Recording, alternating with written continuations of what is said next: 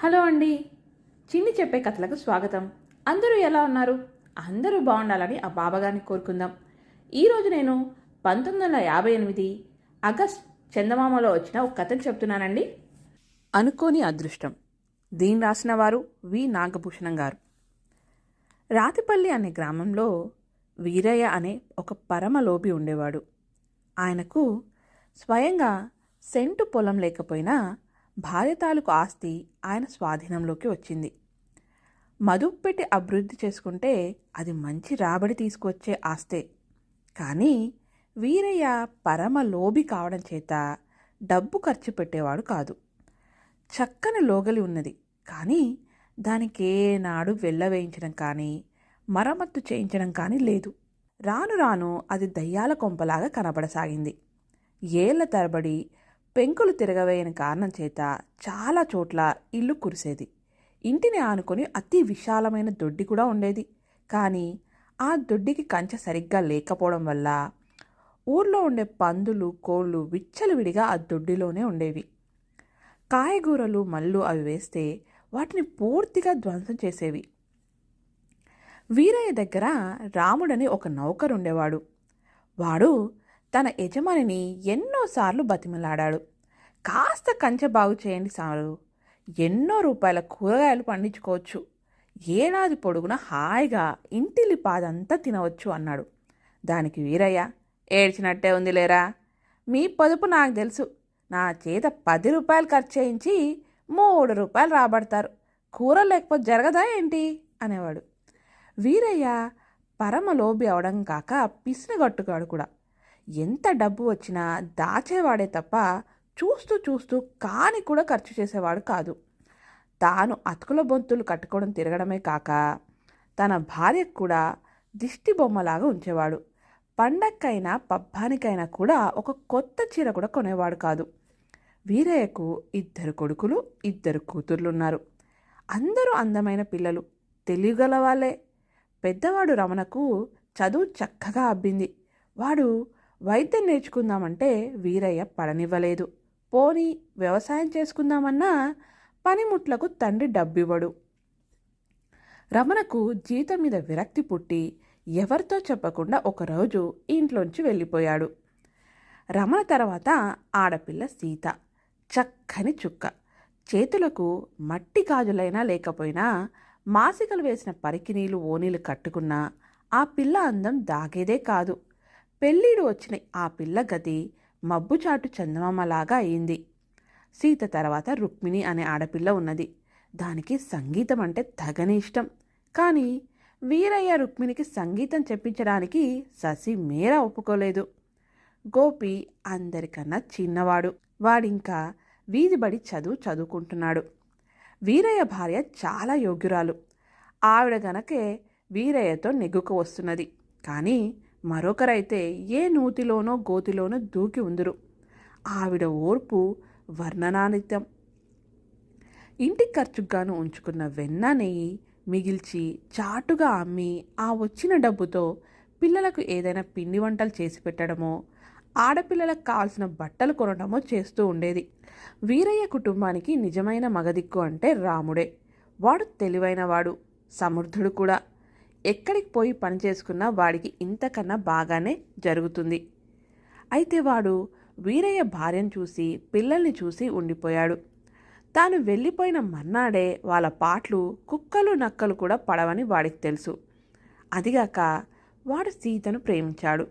సీత కూడా వాడిపై పంచప్రాణాలు పెట్టుకున్నట్టు కనబడింది. ఉన్న ఆస్తిని బాగు చేసుకునే నేర్పైతే వీరయ్యకు లేదు. కానీ ఏదో మాయోపాయం చేసి ఇతరుల సొత్తు కాజేసే వైనాలు మాత్రం బాగా తెలుసు. ఒక ఏడు వాగుకు వరదలు వచ్చి పక్క గ్రామం కొట్టుకుపోతే వీరయ్య అక్కడికి వెళ్ళి వరదలో కొట్టుకు వచ్చే కర్ర సామాన్లు, కోళ్ళు, గుర్రలు పట్టుకొని తన ఇంటికి తెచ్చుకున్నాడు.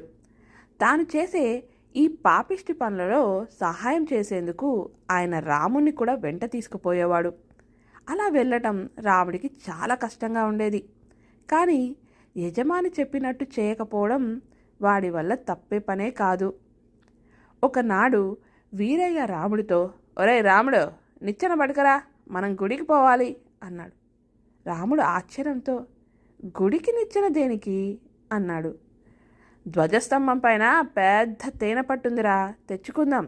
3 వీసల తేనైనా ఉంటుంది, ఎందుకు పోనివ్వాలి అన్నాడు వీరయ్య.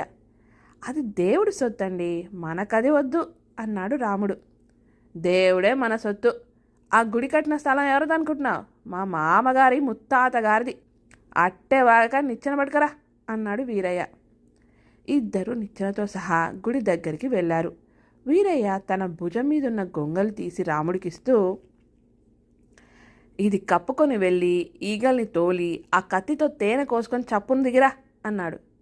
నేనెక్కలేనండి, అసలే ఇది పాత నిచ్చెన, పైగా మేట్లని పూడ్చి ఉన్నాయి అన్నాడు రాముడు. వెదవా, తినడానికి తప్ప దేనికి పనికిరావు నువ్వు, నేనెక్కుతాను చూడు అంటూ వీరయ్య గొంగలి కప్పుకొని మెట్లెక్కాడు. ఆయన సమీపానికి వచ్చేసరికి తేనెటీగలు జుమ్మంటూ తేనె పట్టు నుంచి మేఘంలాగా లేచి వీరయ్యను చుట్టుముట్టేశాయి. ఆయన ఎంత జాగ్రత్తగా ఉన్నప్పటికీ కొన్ని ఈగలు గొంగల్లో దూరి చేతులు ముఖము కుట్టాయి. వీరయ్య 2 మెట్లు కిందికి దిగి అంతలో కాలు జారి ఆ ఎత్తు నుంచి కింద పడిపోయాడు. వీరయ్య తల కింద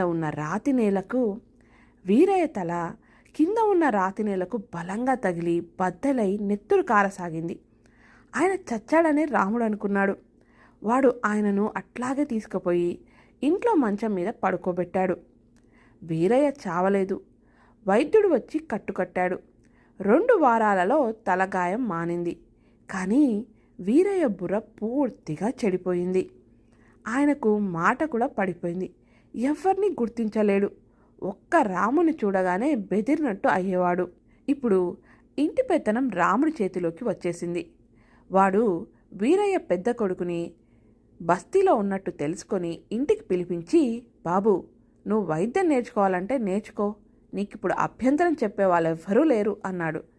వీరయ్య ఎన్నో ఏళ్ళుగా కూడబెట్టిన డబ్బు తన చేతికి రాగానే రాముడు ముందు దొడ్డికి కంచె చక్కగా అమర్చి కూరగాయలు పండించాడు.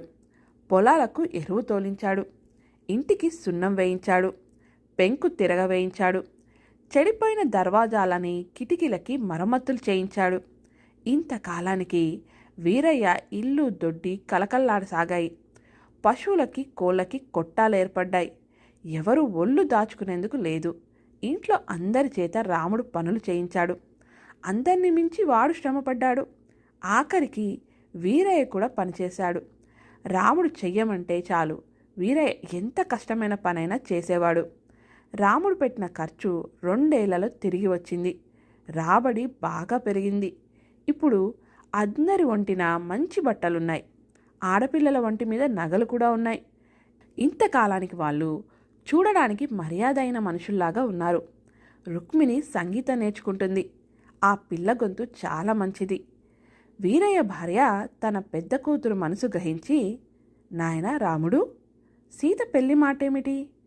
18 ఏళ్ళు నిండుతున్నాయి, ఎక్కడికో పోవటం దేనికి?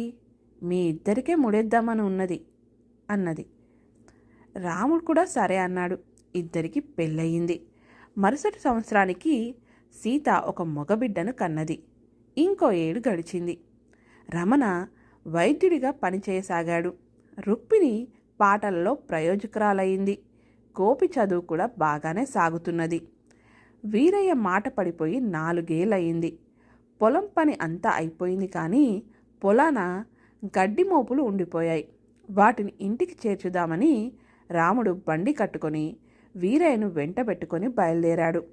రాముడితో పాటు వీరయ్య కూడా గడ్డి మోపులు ఎత్తి బండిపై వేశాడు. ఆఖరిసారి బండి ఇల్లే చేరేటప్పటికీ సూర్యాస్తమం కావచ్చింది. బండి నిండగా ఇంకా గడ్డి మిగిలిపోయేటట్టు కనిపించింది. దానికోసం మళ్ళీ రావటం ఎందుకని రాముడు ఆ మిగిలిన గడ్డి కూడా బండిపై ఎత్తుగా వేసి దాన్ని కట్టి దానిపైన వీరయ్యను ఎక్కమని చెప్పి బండి తోలుకుంటూ ఇంటికి వస్తున్నాడు. కర్మచాలక బండి చక్రం ఒకటి రాతి మీదికెక్కి ఒరిగింది. ఆ ఒరగటంతోనే గడ్డిపైన కూర్చొని ఉన్న వీరయ్య తలకిందులుగా నేల మీద పడ్డాడు. ఈ సంగతి గ్రహించిన రాముడు వెంటనే పగ్గాల్లాగి ఎడ్లను ఆపి బండి దిగి వీరయ్య పడ్డ చోటికి పరిగెత్తుకుంటూ వచ్చాడు. ఈసారి పడ్డప్పుడు కూడా వీరయ్య నెత్తి రాతికి తగిలి ఉన్నది. ఆయన లేస్తూ, ఒరే రాముడు, ఈ తేనెటీగలు కుడుతున్నాయిరా అన్నాడు. 4 ఏళ్ల తర్వాత ఆయన మాట్లాడిన మొదటి మాటలివే. ఈ మధ్యకాలంలో ఏం జరిగిందో ఆయనకు తెలియదు, కానీ మళ్ళీ మామూలు మనిషి మాత్రం అయ్యాడు. రాముడు ఆయనను కింద నుంచి లేవదీస్తూ, అది ఏనాటి మాట? అప్పుడే 4 ఏళ్ళు అయిపోలే అన్నాడు. వీరయ్య రాముడికేసి వింతగా చూశాడు. రాముడు అర్థం లేకుండా మాట్లాడుతున్నాడని ఆయనకు అనిపించింది. కానీ మరుక్షణమే పరిసరాలు చూసి తానే పొరపాటు పడ్డట్టు తెలుసుకున్నాడు. ఎందుచేతనంటే గుడి, ధ్వజస్తంభము, గొంగలి, నిచ్చెన అలాంటివి ఏమీ లేవు. తన ముందు గడ్డి బండి ఉంది, చుట్టూ పొలాలు. ఆయన రాముడికేసి పరిశీలనగా చూసి, ఒరే రాముడు, నువ్వేంట్రా ఇంత మారిపోయావు అన్నాడు. 4 ఏళ్ళు అయితే మారనేంటి అన్నాడు రాముడు. ఈ 4 ఏళ్ళేమంటో వీరయ్యకు చచ్చినా అంతుపట్టలేదు. ఆయన బండికేసి చూసి, ఈ బండి ఎవరిదిరా అన్నాడు. మనదే అన్నాడు రాముడు. మనకు బండి లేదు కదరా అన్నాడు వీరయ్య. అందుకే కొన్నాం. బండి లేని వ్యవసాయం ఏం వ్యవసాయం? ఈ గడ్డి అంతా ఇల్లు ఎట్లా చేరుస్తాం అన్నాడు రాముడు. ఈ గడ్డి మనకేనా? ఎవరి దగ్గర కొన్నావేంట్రా అన్నాడు వీరయ్య. ఒకరి దగ్గర కొనమేంటి, ఇది మన చేల్లోదే అన్నాడు రాముడు. ప్రశ్నలు వేసిన కొద్దీ అర్థం కాని సంగతులు, వీరయ్యకు భయం కలిగించే సంగతులు బయటపడుతున్నాయి. అందుకని ఆయన మాట్లాడకుండా తొట్టెలో ఎక్కాడు. బండి ఇంటి సమీపానికి వచ్చేసరికి వీరయ్య, అబ్బా ఏముందిరా, ఈ రోగిలి ఎవరిదిరా అన్నాడు. మనదే అన్నాడు రాముడు. ఇంట్లో ఎవరో చక్కగా పాడుతున్నట్టున్నారా? మన ఇంట్లో పాడేవాళ్ళెవరు అన్నాడు వీరయ్య ఆశ్చర్యంగా. ఇంకెవరు, మన రుక్మిణే, 3 ఏళ్ళుగా పాట నేర్చుకుంటుందిగా అన్నాడు రాముడు. ఇంతలో పిల్లవాడిని ఎత్తుకొని సీత ఇంట్లోంచి బయటికి వచ్చింది. అబ్బా, ఎవరో గొప్పింటి వారి ఆడపడుచులా ఉందిరా, ఎవర్రా ఈ అమ్మాయి అని అడిగాడు వీరయ్య తన పెద్ద కూతుని గుర్తించక. మీ అమ్మాయే, సీతే అన్నాడు రాముడు. సీత? చీ, పిల్లవాడిని ఎత్తుకుంటే సీత ఎలా అవుతుందిరా అన్నాడు వీరయ్య. అన్నట్టు చెప్పడం మర్చానండి, నాకు సీతకి 2 ఏళ్ల క్రితం పెళ్ళయింది. వాడు మీ మనోడే అన్నాడు రాముడు. వీరయ్యకు కొంచెం కొంచెమే అర్థం కాసాగింది. కానీ మొదట్లో ఆయనకు ఈ మార్పు నచ్చలేదు.